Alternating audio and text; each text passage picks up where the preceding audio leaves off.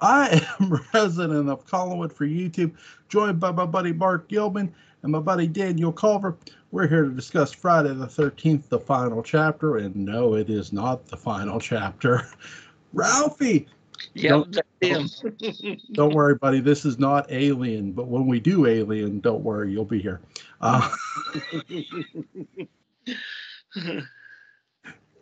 That's a game for you too, like a game you got to play as Alien Isolation. It's really crazy. They look great. It is. It's crazy. You can't kill the alien by gun or flamethrower. You could just ward it off. But So, when did you guys first see Friday the 13th, the final chapter? It's possible I saw it when I was younger, but I know I got the DVDs. Oh, I can't remember, but I can't remember when I got the DVD. Sorry about that. So I'd say like 2018 maybe. And I know that probably is later than I should have got them, you know. Mark? Mine was the same. I got the Blu-ray set, and I watched all the movies in about a week.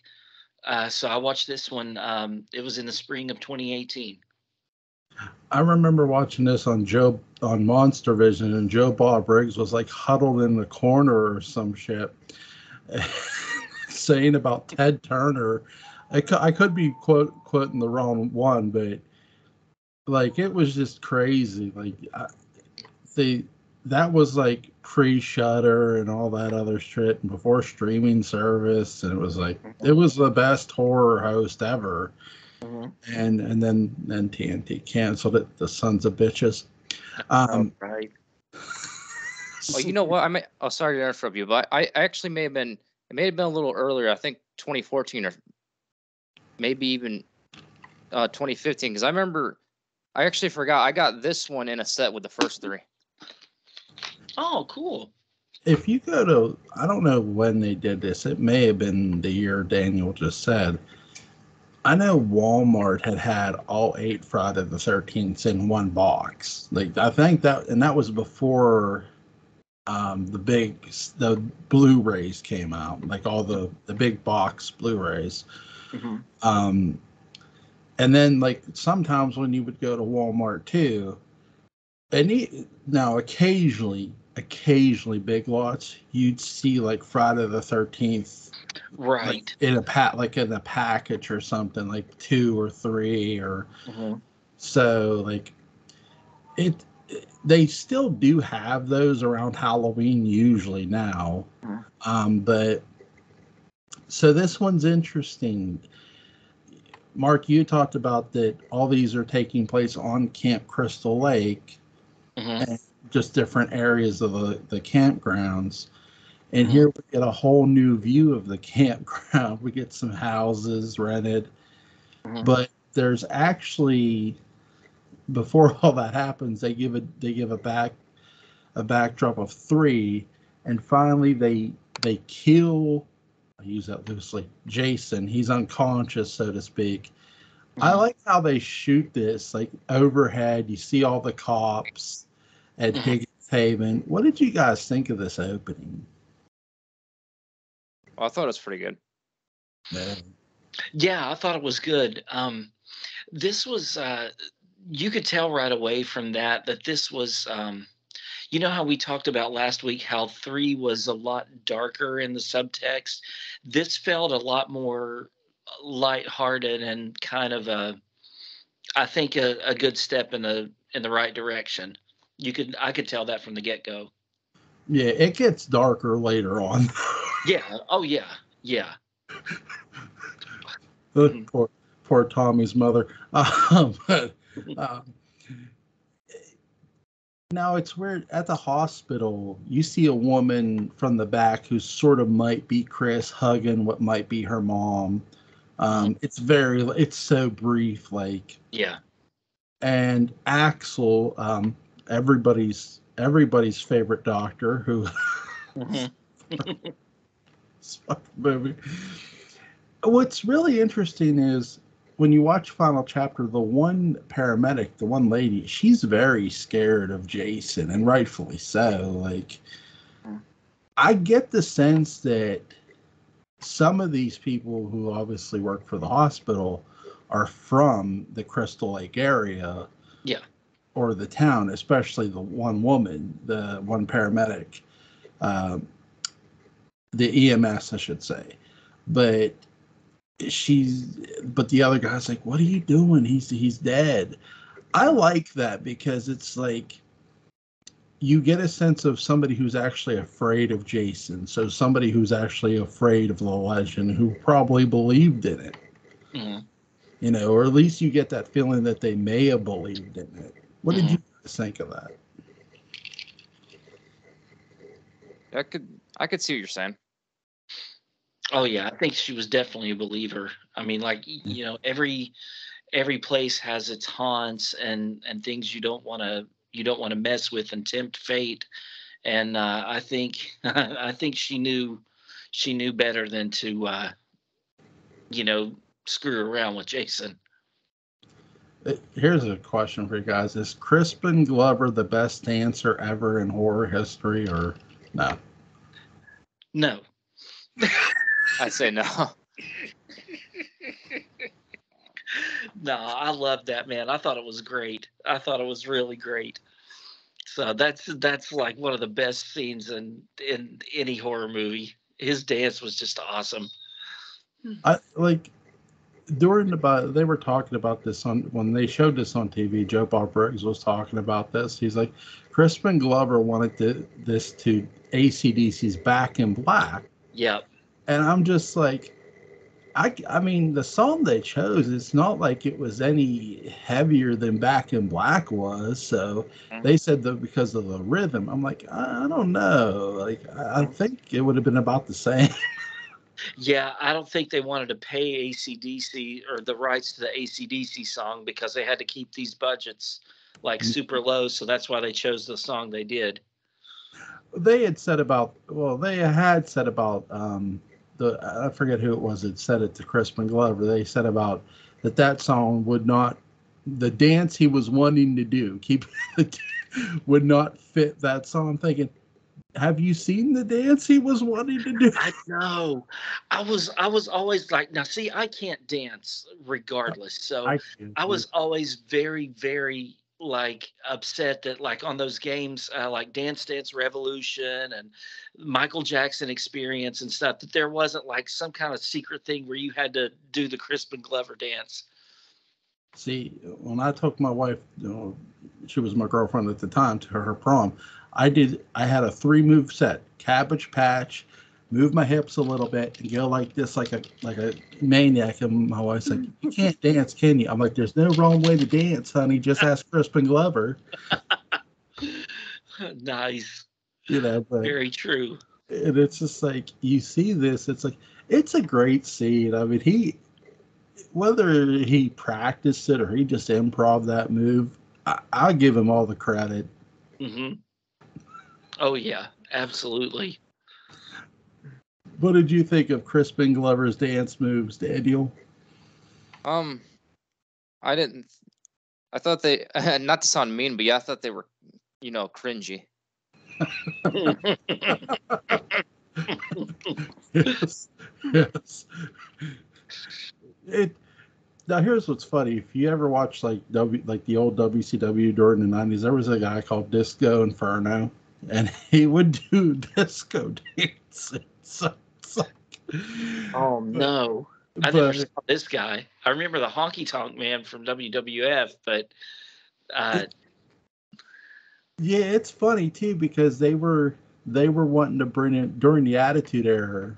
Vince Russo was wanting to bring Disco Inferno over to WWF, and he was going to be like a protege of the Honky Tonk Man. And they didn't end up bringing him over because WCW re-signed him. They wanted him to lose to Miss Jackie, a woman. Mm-hmm. And he held out because they didn't explain it to him correctly or something. It's all sorts of craziness. But he ended up staying in WCW, and he was never in WWE. But He's on Twitter at Glenn Gilberti. I listen to his podcast all the time. He's funny. But, cool. So with Friday the 13th, the final chapter, you have a lot of new. I think that's one thing I like about all these. Every one of these has a set of new characters. And we actually get Corey Feldman, a very, very young Corey Feldman, a child actor. And he is pretty much going to be your protagonist. Mm-hmm. I mean, how ballsy is this of the Friday the 13th franchise, guys? Oh, I'd say pretty ballsy. Yeah. Oh, yeah. Absolutely. It's because there's another character introduced too, a woodsman, so to speak, someone who's seeking out Jason to kill him. And you would think that this guy is going to be your savior, right? He's going to be our protagonist, but no. Mm-hmm. Yeah, and he said that he was the brother of Sandra from part 2. So, and yeah, Sandra was my crush in that movie. So that was Sandra's older brother. So, and I think the way they did the timeline was 2, 3, and 4 happened in the same weekend, I believe, just in different parts of the camp. Yeah, it's a little confusing how they do, but I think that's how they tried to make it. Yeah, because it doesn't happen too long from. What's weird about the final chapter is when Jason escapes from the hospital, nobody bothers to check to see if he escapes. The people who are staying on the campgrounds, the Jarvis family, they just all assume Jason's dead. Yeah. And even the people who rent, nobody's worried about him. This is the first time we actually see Pamela Voorhees' first name on her headstone, which is really cool. What's your favorite? What's you guys' favorite? We have 2 twin girls in this movie too. There's a lot of good nudity, just funny lines. But what's you guys' favorite kill in this movie? I'm gonna go with the the neck snap.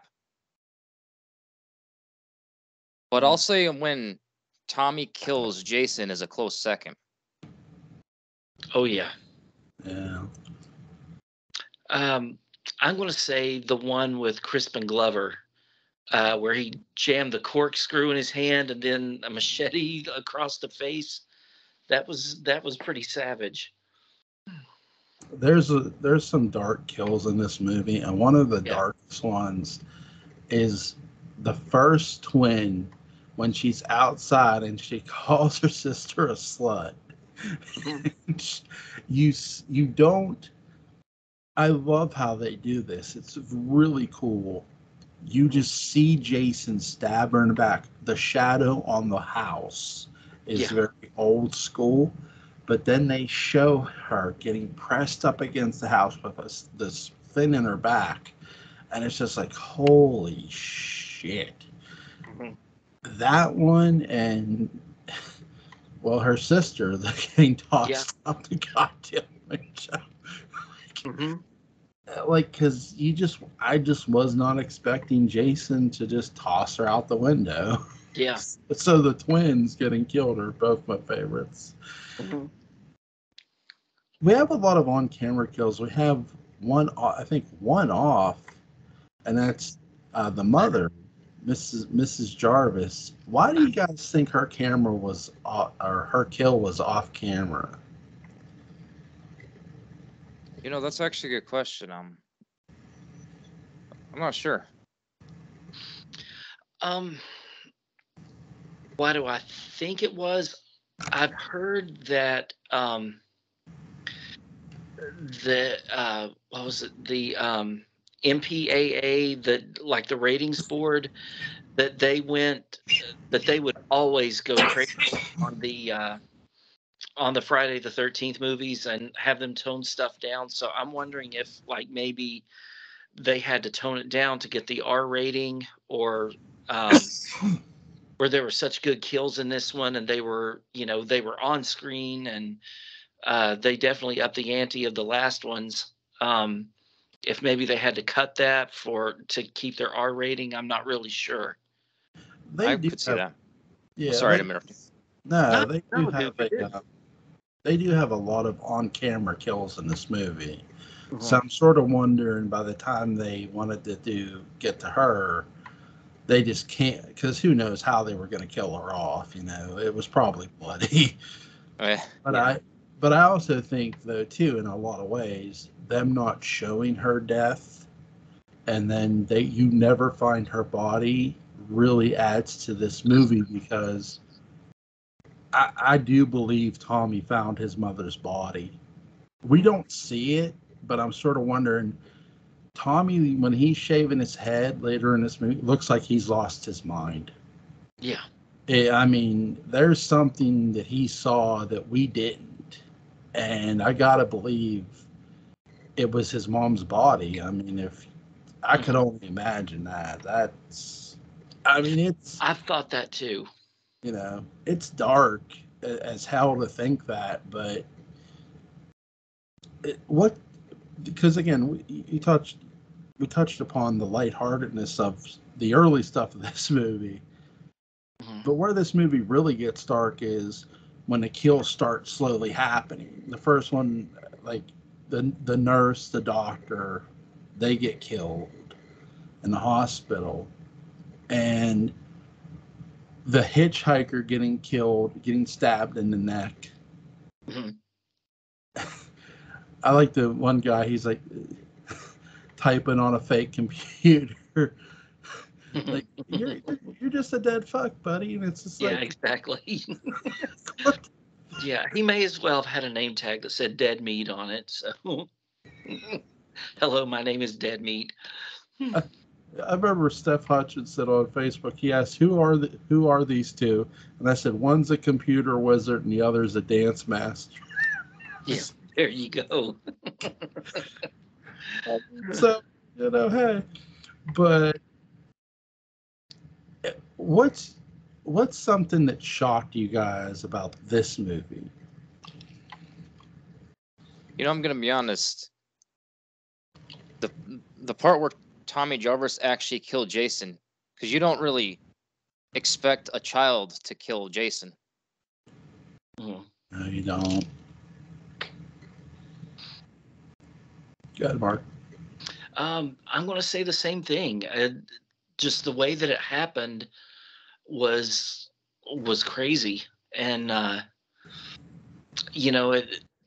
fact that he went to such an extreme to do it, and then he not only killed him, he just was like, taking all this vengeance out on Jason's body, and kept yelling, "Die, die!" And that was pretty intense.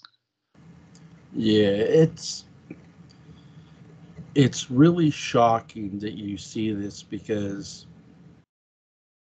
you don't usually see a kid be your protagonist. And I think, there's a lot of things Halloween has over Friday the 13th. Mm-hmm. But this is not it. I mean, the shock factor of a kid killing a killer is it. I mean, I know they end up we all know they end up bringing Jason back to life, 2 films later. Mm-hmm. But still, I mean, to do this here, and really the way they do this 4, 5, and 6, this moment here doesn't feel like it's wasted when they do Jason Lives. Mm-hmm. No, not at all. Because they're using the Frankenstein method in Jason Lives. They're going to have electricity bring it back. But it's just like, for a kid to kill a killer, I mean, I sort of wonder what would it have been like if Danielle Harris would have been the killer in Halloween 5. What would that have been like? This kid as a killer. They don't do it, but it makes you wonder, what if? Mm-hmm. You know? Yeah, that's always been in the back of my mind, and it always is every time I watch Halloween 4 and 5. Yeah, I mean, I like the fact that in 5 too, when they do a flashback scene, they get Corey Feldman to come back and do the flashback scene. Uh-huh. But I mean, he really does a lot of great things in this movie as an actor. And his sister is interesting because she's talking to the one guy who's looking for Jason, and I like how he almost kills her with the machete. Yeah. Yeah. What did you guys think of them? Jason just slowly picking apart the people in the house, the guest house, we'll say. I thought it was good, you know. Yeah. I liked it. I thought it was, because I mean, it was different because we're used to Jason just being the savage. He's just going to kill everybody and anybody. You know, he's like a bull in a china shop. But I thought this was like a little bit methodical, more like a hunter, Yeah. going through and getting them one by one. If you could now, we've all had the dream idea of Jason going against Michael. Mm-hmm. But if you could pick someone besides Mike, now he's already went up against Freddy. Mm-hmm. Besides Michael or Freddy, who would you put Jason against? Oh, that's a good question.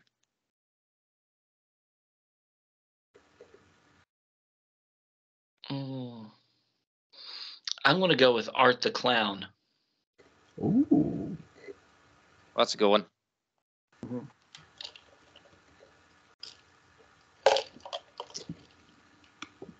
Now, I want to preference, it doesn't have to be supernatural Jason. It doesn't have to be like Jason Lives. Mm-hmm. It could be like the Jason from this one, or, you know. Mm-hmm. But. Well, you know what? I know this might sound like a weird pick, but what if he goes against Frieza? There you go. There you go. Nice. Could you see Frieza trying to recruit him, Daniel? Oh yeah, I could see that. Here what would be the funny one too, like if Goku went to fight Jason, and Vegeta would be like, Kakarot, don't fight that puny, worthless fighter. He's not worth your time.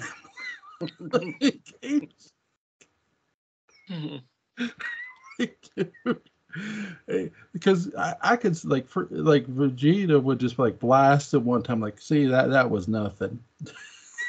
Yeah. See? That's a great pick, Daniel. Oh, thanks. That's a good one. I like, Frieza's pretty good. If we're talking about survival, mm-hmm. and somebody who can not only think on their feet but is tough, I'm going to pick MacGyver because he's somebody who could figure out a way to defeat Jason. Mm-hmm. And he's really fast. But I do think, though, too, now, the thing of it is, if it's supernatural, if it was supernatural Jason, I think the one person who comes to mind would be Ash Williams. I mean, hey, mm-hmm. But I can see that. Mm-hmm. And if we're going MacGyver, I think Murdoch would be the one to a good one to go against Jason. Right. He's like Jason. I mean, he just, you think he's dead, but he's always manages to survive somehow. Yeah, Michael Desbarrius did a really good job playing. Mm-hmm. Yeah. Oh my gosh. Halloween Nights is one of my favorite episodes of MacGyver with him and Richard E. Peterson in it. That's really good. Yeah. But yeah, it just, there's a lot of great picks. You guys made some great picks, and it's just I do hope one day we do get another versus. Mhm. I don't think we will, but it would be nice. Oh Oh yeah. yeah. You know. Especially before, like people forget who these 80s slashers are. Yeah. So, um, what did you think about we were talking about the survivalist that was Sandra's brother. What did you guys think of his kill? Mm. Where he was off screen and just going, "He's killing me, he's Yeah. killing me." You know what's weird about that? And I'll let Daniel answer first. So, in the Friday the 13th game, when they do "He's Killing Me," I think they use his voice for Tommy Really? a bit. Yeah, I think so. Or they have to, or they at least have. If not, they have. I'm gonna mess up his name, but the guy who played Tommy and Jason, or in Jason Lives, say that same line. But but Tommy himself never actually said that line in the franchise. Oh, that's kind of Right. weird. It's in the game. I mean, if you play the game, then like Tommy die, like you get killed by Jason if you're Tommy or someone else does. Occasionally you'll hear Tommy say that line. Oh, he's killing me, and I'm thinking, well, wait, Tommy never said that line in the franchise. Right. On the to be honest, I've never played the game. I did, and it's a good game. It's fun because you get to play with other people. I do. There are people who will try to help Jason, and Mhm. it's like Jason doesn't need help. Oh yeah. God. But what? Go ahead, Daniel. What's your answer to Mark's question? I'm sorry. Oh, I thought that was a good scene. Mhm. I thought it was really, really dark, and not just in lighting, but how it was done down in the basement. Mhm. And he just because Jason grabs his leg underneath the steps, and he's going back down. The woman's like, "No, don't worry about it." I thought, Jason knows why that dude's there. I think in a way. And I think it partially defeats the myth that Jason was just some dumb killer. Because he just was. I don't think he was. I think there's times I think that really came later almost. But here, the guy goes down and Jason starts killing. He's killing me. He's, like you said, it's just really, really dark and really, really good. But I love it. Mhm. Because Nice. now it's just the girl and the Tommy. And Tommy. Yeah, I thought that was a kind of a unique death that sort of stood out. I mean, it wasn't my favorite, but it was. I've heard some people say that they liked it, some people hated it, but I wanted to get your all's take on it because I thought it was a unique one. I don't think you. That's the thing when you watch Friday the 13th, the final chapter, and watching it like yesterday, you just don't expect him to die down in the basement. Yeah. Like the his kill is supposed to shock you, and it does, but because it's like, well, wait a second. We all probably thought that was the protagonist. Oh, not anymore. He's not. Mhm. Right. Right. I think they wanted a moment where I'm guessing that the storytellers and the filmmakers wanted a moment to where they were clearly killing him off. And then they throw his body, I think, through the window, I believe. Mhm. Too. Yeah. And it's just like, yeah, he's dead. He's dead. Mhm. He's not kicking out of that one. No, absolutely not. Somebody somebody on Instagram put about how Bramwell lays in bed after Morgan shoots him. Mhm. Somebody put about poor Bramwell. I'm like, he'll kick out. He'll be all right. Oh yeah, absolutely. Oh my god. But what's the most shocking moment for you guys in this movie? Well, we already did that one. The kid you guys said Tommy. But trying to think.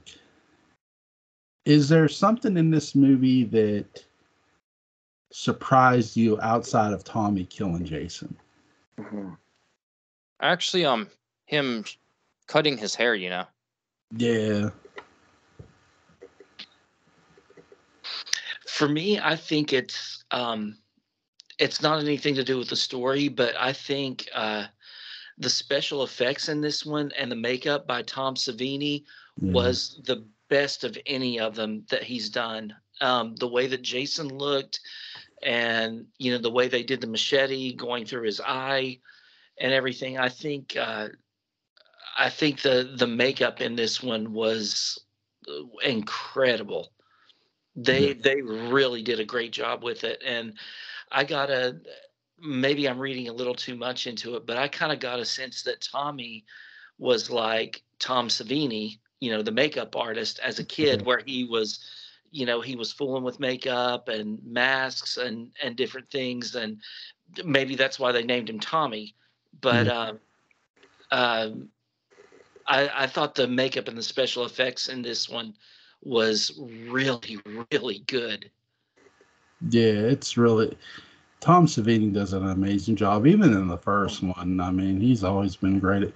He actually does act too. I mean, he does get in front of the camera. So I could see what you're saying. Maybe they did name, Tommy after Tom Savini. It could be. I'm trying to think. I think the fact that, because this is something we need to talk about, I do think Tommy found his mother's body. I don't know where he would have found it. Maybe in the bathtub, maybe in her bedroom. I don't know. But do you guys think Tommy found his mom's body?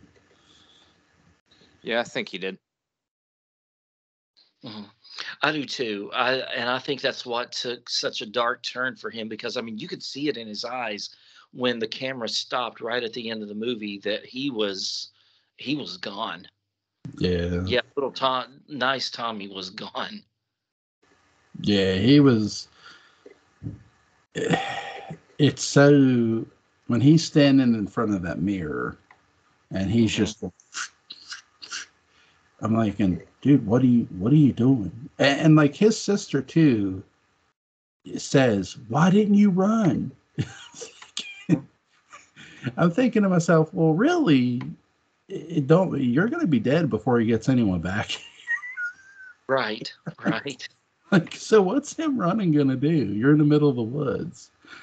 But, because the power was cut, the phone lines were cut. Jason took care of the power real quick. We actually do get a water death. The one girl, two water deaths actually. The girl in the raft early on, and the one guy's coming out the water, and he gets a spear to the groin. It looks like. Yes. Yeah, that was nasty. What did you guys think of those kills? I thought they were good kills. Oh yeah, absolutely. I kept waiting, like when he sees his girlfriend's body, I kept waiting for Jason to come out from under the water the first time I watched this and just pull him down.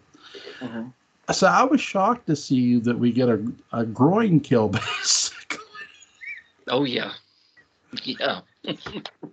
Yeah, that was quite brutal. I'm trying to think. I got one for you. For person, Jason. Captain Ginru from the Ginru Force, Daniel. Oh, yeah.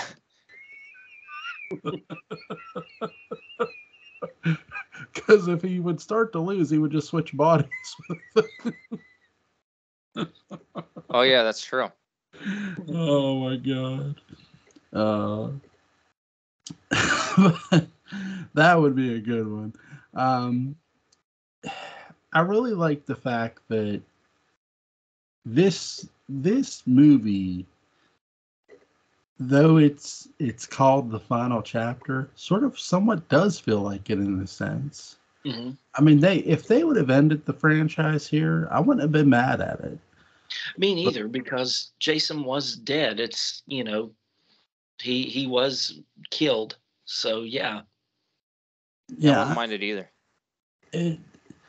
I love 5. I love what they do with the next film, And Same. I know we're going to talk about that one too, but it just, I love at the end when you see Tommy hug his sister, you see those same eyes that we saw before. Mm-hmm. So the movie is suggesting, hey, is Tommy, or at least asking you, is Tommy our next killer? Is he just going to be another killer? So did you guys think we'll discuss 5 here too, because we went through the final chapter a bit quick. If that's okay with you guys. We good? Okay. Yeah, I got a few more minutes. Okay. So here's my question for 5.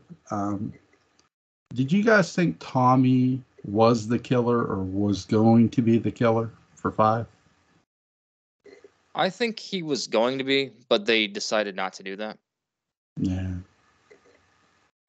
Oh yeah, absolutely I did. Yeah. I think the storytellers make it all too easy to frame Tommy. Yeah. If you were conducting a murder investigation and they're doing the Jason MO, you're raising all sorts of eyebrows at poor Tommy Jarvis. Mm-hmm. Oh yeah. Like, hey, Tommy, come here, kid, come here. Mm-hmm. Oh, go ahead. No, go ahead. Oh, sorry. I actually kind of misunderstood Joel's question. Actually, I wasn't sure who it was, but I could easily see someone assuming it was Tommy. Yeah, sorry about that. That's all right. Oh, you're okay. But I think I liked the way that 4 ended, because it wasn't something like, we talked about how we were kind of, rolling our eyes a little bit at the end of 3 with Pamela's body coming from the lake. They weren't doing something like that. They set up something big. Yeah, it wasn't. 3's ending was cheesy. Yeah. This ending, not cheesy at all. No. I think the first Friday the 13th and this ending were fantastic. I thought they were really, really good.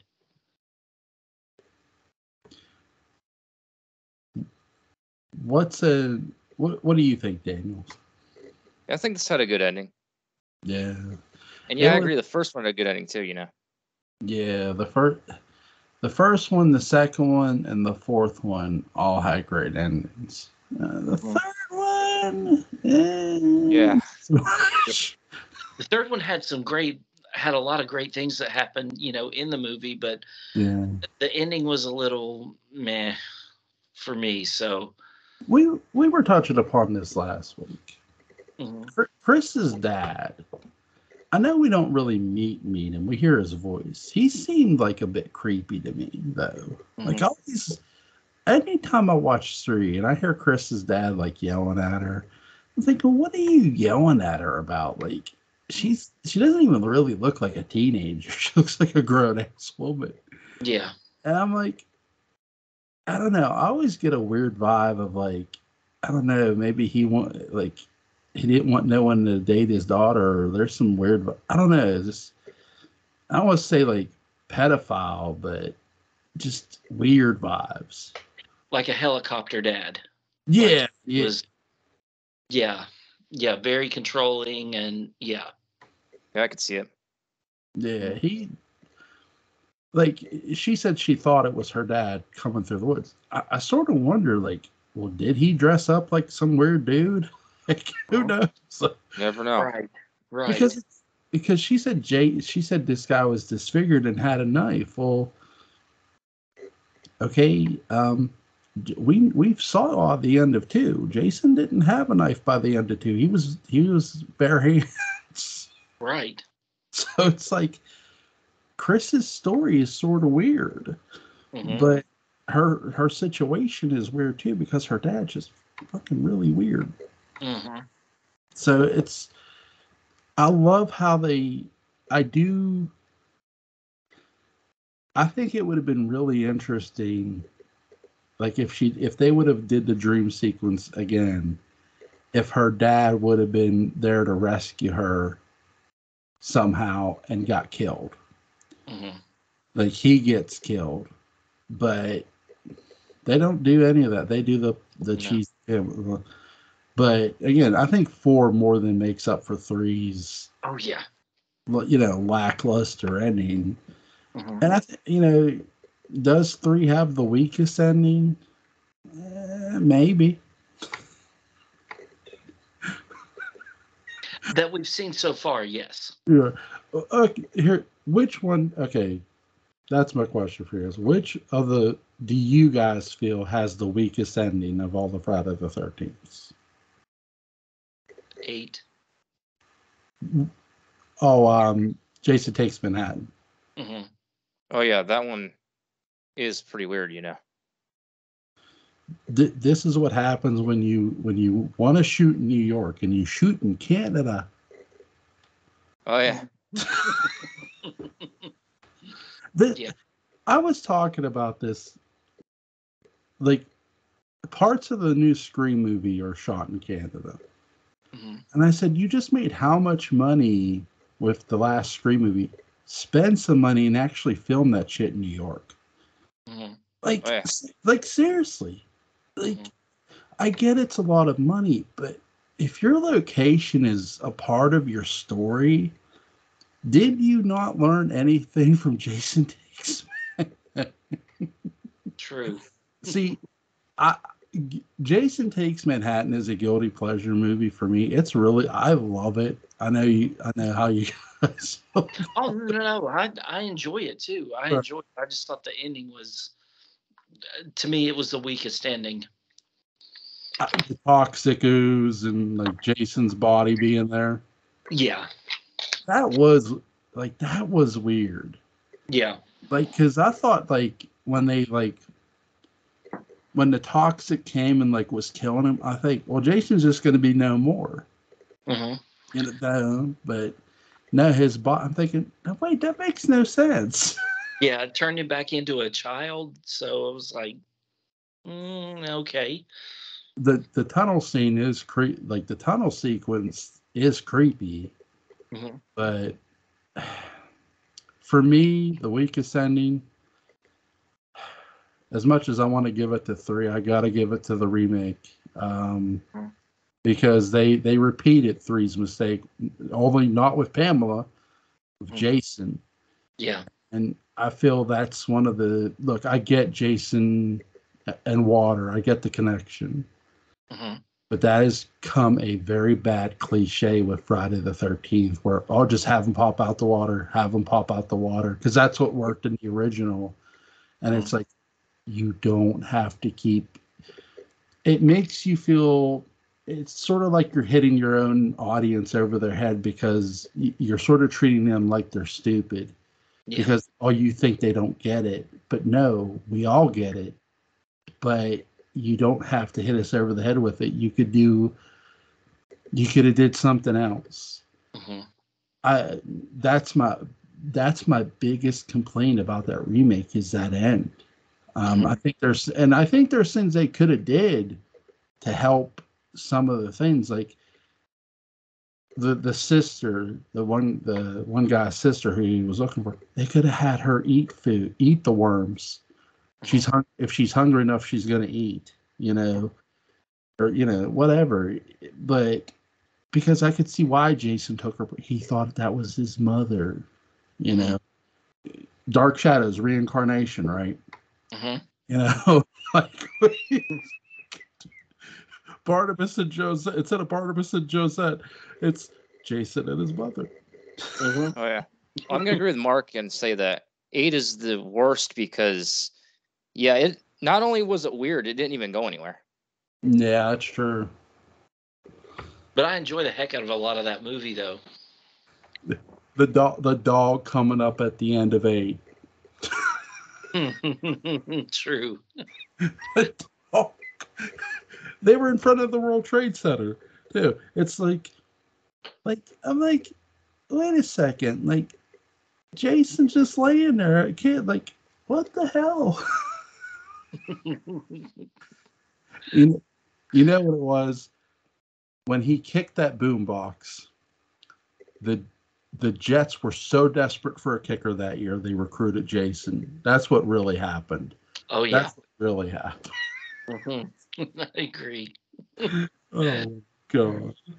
But, well, in this year, it would have probably been the Cowboys. They needed a good kicker.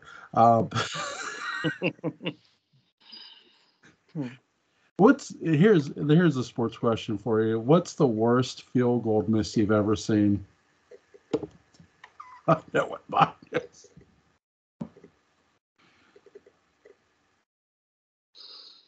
Oh, man, I can't think of anything right off the top of my head. It's mine's not a playoff one, so I'll say this. Mm-hmm. It was way back. John Carney for the Saints. Mm-hmm. The Saints had just come back. It's when Joe Horn was still playing for the Saints. That's how long ago this was. Mm-hmm. So, and John Carney was their kicker. The Saints just made this miracle comeback. 1 point down. They just needed to kick. They did this trick play to get in the end zone. They're 1 point away from tying it to send it to overtime. Mm-hmm. And John Carney, keep in mind, now field goals, extra points, this nowadays have been moved back. But when you made an extra point at this time, it was like right there. It was not, you get what I'm saying. It's not that far away. Mm-hmm. John Carney hooks wide right, completely misses it. And I'm like, and he never played for the Saints again after that. Wow. Oh, wow. Now, and it's sad to think that that's probably the only thing that people would ever remember him for. Now, here's the thing, what's really weird is Gary Anderson for the Steelers used to be a really good field goal kicker, but in the playoffs, he missed 2 kicks that could have sent the Vikings to the Super Bowl back when Chris Carter was playing for him, and it was just like, oh my God, dude. Bummer. Do not trust kickers. I said this once. When field goal kickers go south, they never recover. Yeah. Ever. But Jason's accuracy is really good though. Oh yeah. He never misses. That's the thing too, like when you look at Tommy Jarvis and Jason, is it in Friday the 13th, where does Tommy Jarvis and Jason's rivalry rank for you guys in horror? I'd say it'd be in my top 10 somewhere. Yeah. Mm-hmm. I agree. I think it's one of the best ones that really Friday the 13th has had. The Tommy Jarvis trilogy, and I know we're going to talk about 5 next week. Before we talk about 5, though, I want to get you guys, next week, but I want to get you guys' thoughts on the Friday the 13th series that's going to be on Peacock. What are your expectations for it? Oh, I think it's going to be good. I hope I'm right, Yeah. I'm going in with no expectations, so I'm just wanting to be entertained. That's all. That's really good, yeah. I literally want to see show somebody how to grind an axe and chop wood, and then think about all the mutilation you might see with an axe. Cool. I'll tell you what. There is one thing I'm hoping to see. One small thing. I want that. Was Jason's drowning? Was it real? Did it actually happen? Because if you had we were talking about legend prior, in last week, because Jason's story is based upon a legend. Well, which part? The drowning, his death, was that all legend? Was that all made up by Pamela? We don't know. That the psychology of that is really fucked up either way. Oh yeah, I agree. yeah. Like, your son drowned. Yeah, did he? Yep. Did he really? Yeah. It's kind of like it takes the relationship of Norman Bates and his mother and just really builds on it and makes it even more messed up. Right. Yeah. Well, Daniel was saying before about how like Friday the 13th is more like Psycho a bit, like Norman, if I remember correctly.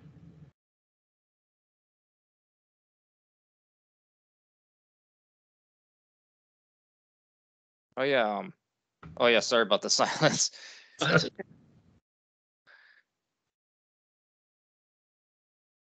Well, yeah, I remember. But yeah, I was saying like if you think about it, yeah, Jason is more like Norman Bates than he is Michael Myers.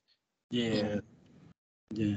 I know he is partially inspired by Michael Myers, but Well, with Halloween 4, some people will say that's Michael being Jason because Michael takes the butt of a shotgun and rams it through a woman's, I guess we could say, groin, wherever you want to say rammed it through. Here's my thing of that. Go back to the original. When Laurie's trying to get out the glass door, what happens? Michael takes his fist and puts it through a door. Mm-hmm. I guess my question would be, what's the difference between Michael taking his fist and putting it through a solid wood door as opposed to taking a shotgun and driving it through somebody? Mm-hmm. What's like, other than having a weapon, obviously. Mm-hmm. Like, I don't see the big difference there. I don't feel that's Michael being Jason. I feel that's Michael being Michael because we've seen Michael with this freakish strength that, and look, some killers just, it's not so much a supernatural thing. They just have freakish strength. Here's a great example. In Marvel, Kingpin, Spider-Man and Daredevil's rival, has freakish strength and speed for a guy his size. It's, you sort of got to give and take when you look at characters like a Michael Myers and a Jason, because it's like, I think at times we're too horror. A lot of horror fans are too quick to, oh, that's like Jason or that's like Michael. Well, no, not necessarily. Quick to compare, yeah. Yeah, and it's like not always. Just when you're looking at Michael, when did Michael become strong? When did Michael first really do anything with muscle or power? The original. He lifted Bob with one arm, and he punched a hole through a wooden door. That takes strength, or brute force, whatever you want to say. So when he does it later on in the series, is it really him and again, because by the time the sequels came out with 4 or 5, yeah, Jason was around. So is it easy to sort of just fall into the line, it's Jason? Yeah, sure. But I think when you look at it, it's really not at all, in my view. That's true. And actually, it's interesting we mentioned Psycho because, it's pretty obvious Halloween took inspiration from Psycho as well. Yeah. Absolutely. It's all about family. Yeah. I think, too, because remember, the first holiday movie is the original Black Christmas, the first whole holiday movie. I do think they're, with these killers, with Michael, we know very little about Michael. We know very little about Jason, really. I mean, what do we know? Oh, he may have drowned. The whole mystery around your killer was really based off of Billy. I mean, we don't know what the fuck you know about Billy? Nothing. Not a goddamn thing. Well, that's true. Yeah, we don't even know what he looks like. Right. There's a brief, when you watch Black Christmas, there's like a brief glimpse of his face, but it's more focused on his eye. And it's like, holy shit, yeah, this dude's gone. Yeah. That kind of did what you were talking about, part 5. Well, Friday the 13th, part 5 doing, because it kind of makes you think that I can't remember her name right now. I know I'm probably gonna remember after Dark Corner, but it makes you think her boyfriend's the killer, but it turns out that he's not the killer at all. We actually end up seeing Billy at the end. Yeah, and Daniel's right. In Black Christmas, the boyfriend, the one girl's pregnant, Tess, and the boyfriend, like she's talking about having an abortion, and he's not happy with that, and he destroys the piano, and he sort of acts psychotic. The storytellers do a great job of making you look at him and go, yeah, that dude's a bit half-baked.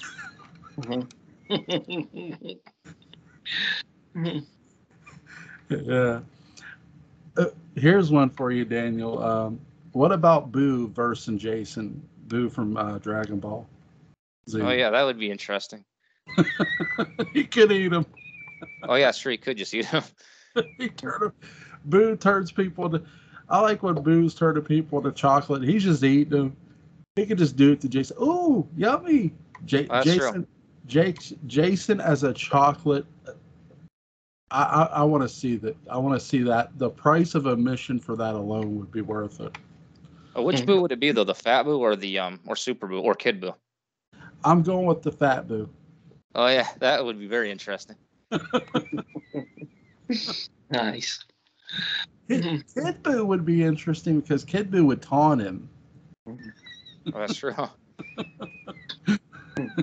That's one thing I was thinking about when I said Frieza, because Dragon Ball characters can use ki, but that's the thing though. I wouldn't recommend underestimating Jason either.